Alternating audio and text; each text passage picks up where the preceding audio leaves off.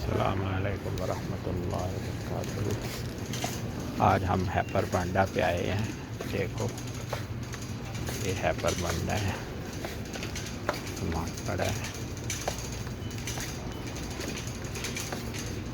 सब चीज़ें सस्ती हैं, डिस्काउंट लगा हुआ है।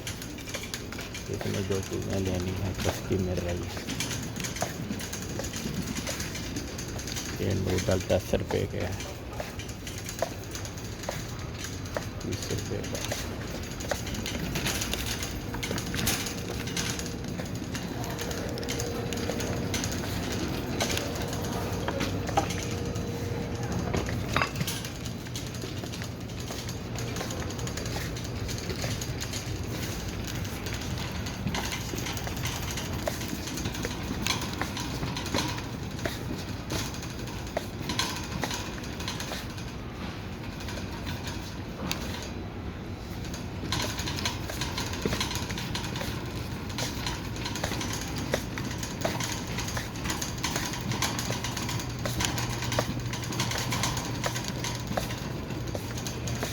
चावल सस्ते पड़े हुए हैं।